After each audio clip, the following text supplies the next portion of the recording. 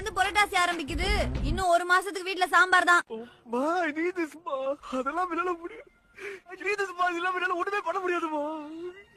பேச முடியாது, சிரிக்க முடியாது, உட்கார முடியாது, நிக்க முடியாது, பாட முடியாது, மறக்க முடியாது, எதுவுமே பண்ண முடியாதுமா. எனக்கு வேணும்மா. சூர்யா,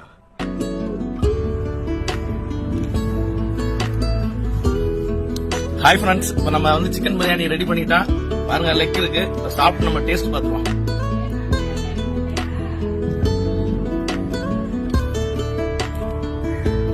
நல்லா டேஸ்டா இருக்கு. தயிர் வெங்காயம் நல்ல டேஸ்ட். லெக் எப்பயுமே நம்ம எப்படிதான் சாப்பிட போறோம்.